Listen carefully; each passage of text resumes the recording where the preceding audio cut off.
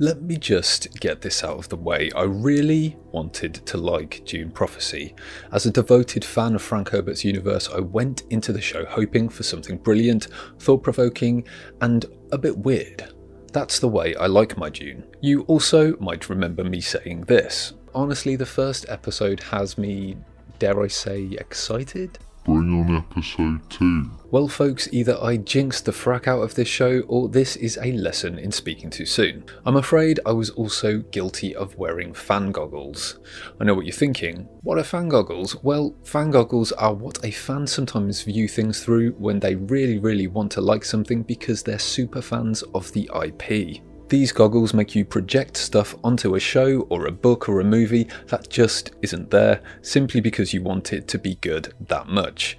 They might see characters as more in-depth than they are, writing more nuanced and polished than it is, and generally say things like, "It's just getting going," or "This episode was okay, but they've set everything up for an epic next episode." Guilty, I did a bit of that. And it's probably lasted about halfway through the second episode. So what did I see when the fan goggles finally came off? Let's just say something Dune adjacent at best, with occasional flashes of potential buried under the layers of clunky storytelling, awkward performances and predictable creative choices that left me, well, I was bored and unengaged. By episode 4 I gave up and went to make a cup of tea. By the time I got back I'd forgotten I was even watching it and ended up reading a book instead. That kind of sums up my whole experience. The first episode wasn't awful, as the show isn't. It's not an awful show, so if you like it, great. I'm genuinely happy you did. Unfortunately for me, it just meandered around mediocre. But like I said, the first episode set things up pretty well. Characters, world building and all that jazz. Sure, it was a bit montagey, like the creators were trying to squeeze a feature-length film into an hour, but hey, it's the pilot, they're trying to hook us. One thing I couldn't shake though was how modern the whole thing felt. There's a club scene with drugs and EDM beats that screamed, "This is edgy and relevant!" No, it's not. It's Dune. Save the neon rave vibes for some other sci-fi franchise. Honestly, it just made me long even more for a Butlerian Jihad series. Now that would be a show worth watching. Robots, rebellion, existential dread, sign me up. But even then it would have to be done right, and by right I mean the Frank Herbert way and not the Brian Herbert way, which apparently are quite different. Brian's vision of the BJ is more Terminator, while Frank's is more intellectual in that it was a social movement that led to the destruction of most thinking machines and a technological setback for humanity. Okay, so episode 2. This is where things started to fall apart for me and when those fan goggles finally came off.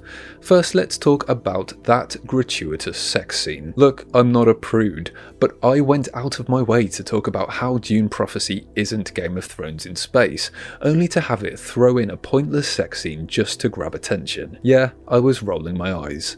The scene could have started with the characters already in bed, and we would all have gotten the point about what just happened. What really bugged me, though, about this episode was the wasted opportunity to dive into the mechanics of space travel.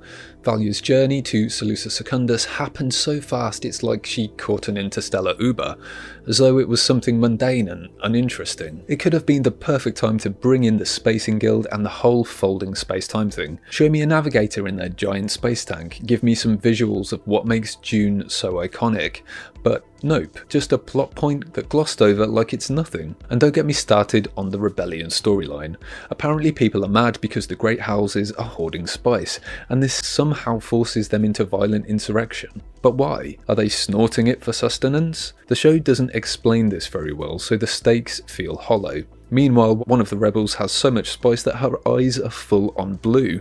Like, are you hoarding it too? Hypocrisy much? Seriously? I don't know. Oh, and Kieran Atreides' Liverpool accent completely took me out of it every time he opened his mouth. Not a deal breaker, and I love a Scouse accent, but not thousands of years in the future, and also not ideal when I'm already struggling to stay immersed. By episode 3, I was clinging to the hope that the show would turn things around. The early backstory of Valia and Tula was actually interesting, more so for me than the present day plot. In fact, I found myself thinking, why didn't they just focus on this? Their rise to power could have been compelling if done right. The problem, by this point none of the characters are even likeable, not a single one. It's hard to care about political scheming when there's no one to root for. Even Cersei Lannister, sorry for the GOT comparison, but even uber bitch Cersei, you could understand and relate to her motives of wanting to protect her family and her children. One of the most frustrating things about the show is how much potential was squandered. Valia, played by Emily Watson and Jessica Barden, and Tula, played by Olivia Williams and Emma Canning, should have been the main focus of the show. The actresses, both younger and older, were compelling to watch. It's just a shame the material they were given wasn't up to par. Their rise to power could have been an incredible narrative thread, rich with intrigue, ambition and moral complexity. Travis Fimmell's Desmond Hart also brings an intensity that could have been explored further. His character had the potential to add depth and conflict, but it felt underdeveloped. Honestly, the rest of the ensemble cast should have been relegated to tertiary roles or even cut completely. This would have allowed the show to remain focused on the areas that had real potential while striving to build upon and explore the Dune universe properly. The show also frequently breaks one of the cardinal rules of storytelling: show, don't tell. At times it felt like just endless conversations, people explaining things to each other instead of letting the story unfold naturally. At one point I actually got distracted by a piece of lint floating in the air. That's how little the show held my attention. But episode 3 did have one decent moment: the reveal that the Bene Gesserit breeding program secretly uses thinking machines. Intriguing. No. Wait.